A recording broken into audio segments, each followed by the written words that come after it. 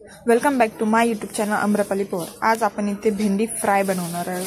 त्यासाठी आपण भेंडी आणि मसाला करून घेतलेला आहे। हा मसाला घरगुती आहे आणि तो माझ्या मम्मीने बनवलेला आहे।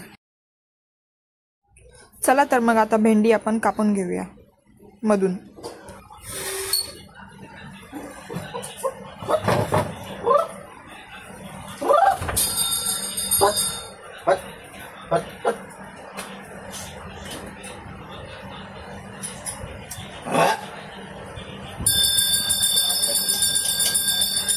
पूर्ण कुठं कापते?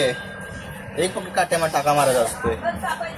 अर्धच कापते, अर्धा तसं नाही मिळते, फक्त एक अशी ते पण नाही एवढं पूर्णच कापते। फक्त अशी एक लाईन मारायची असते ना, त्यामध्ये टाकायचं असते। पूर्ण कशाला कापते ते दोन्ही साईडनं? हा एकच ते असं करायचं असते। त्यातलं थोडं तर बिया काढायचं असतं, हे भरायचं असतं। असं काय नाही काढू शकतो आपण। आवाज बंद कर ना। अरे आवाज बंद कर ना, कळत नाही।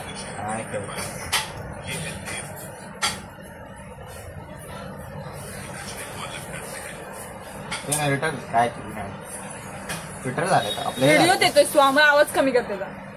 पप्पा आवाज कमी करा। मला काय माहिती तू व्हिडिओ करतेस तू इथं?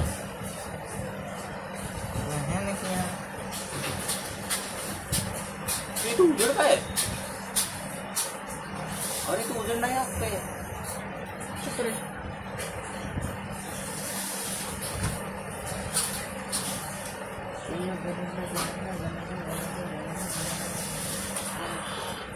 कोणतरी धुवायचं ऍक्टिंग चांगली जाते। ऍक्टिंग ते वाचच्या वाटतं।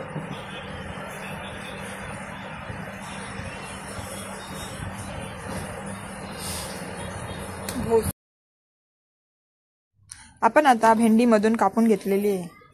अशा टाईपने भेंडी मधून कापून घ्यायची, साफ करून घ्यायची चांगल्या। आतमध्ये किडे विडे असतात। आणि हा मसाला रेडी केलेला आहे। मसाल्यामध्ये आपण एका मिक्सरमध्ये बेसन पीठ टाकायचं, मिक्सरच्या भांड्यामध्ये बेसन पीठ टाकायचं, मीठ टाकायचं चवीनुसार, हळद टाकायची आणि शेंगदाण्याचा कूट टाकायचा आणि ग्राइंड करून घ्यायचं। त्यानंतर मग तो मसाला रेडी होतो। तो मसाला मम्मीने बनवला आहे, मी बनवणार होते तेवढं तिने बनवून टाकला। मग आता तो मसाला घ्यायचा आणि अशा टाईपमध्ये भेंडीला लावायचा।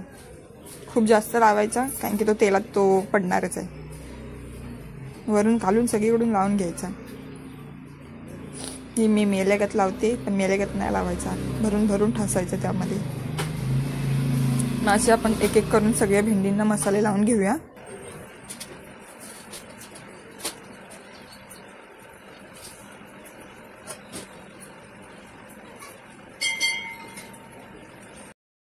आपली मसाला भेंडी रेडी आहे। आता चला त्याला फ्राय करूया।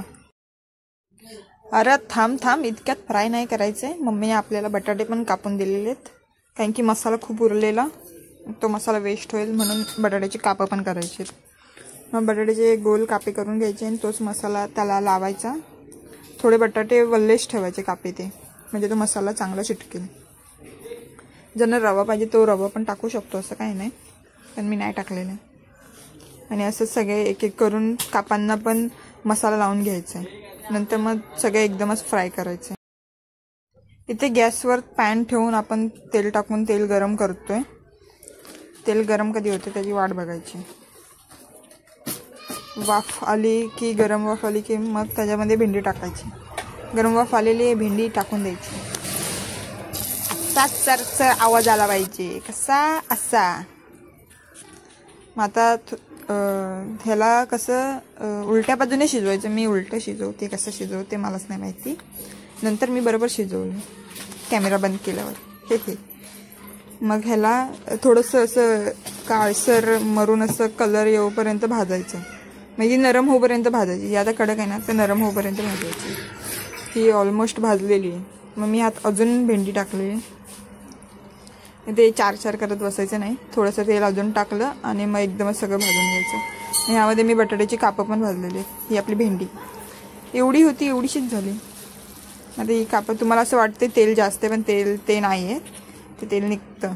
मग मी टिश्यू पेपर घेतलेला की तेल त्याच्यामध्ये जाऊ दे म्हणून।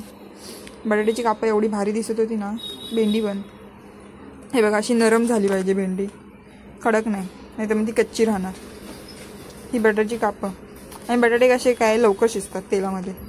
हे आपलं भेंडी आलू फ्राय रेडी आहे. ताट कसं दिसतंय? मस्तच ना.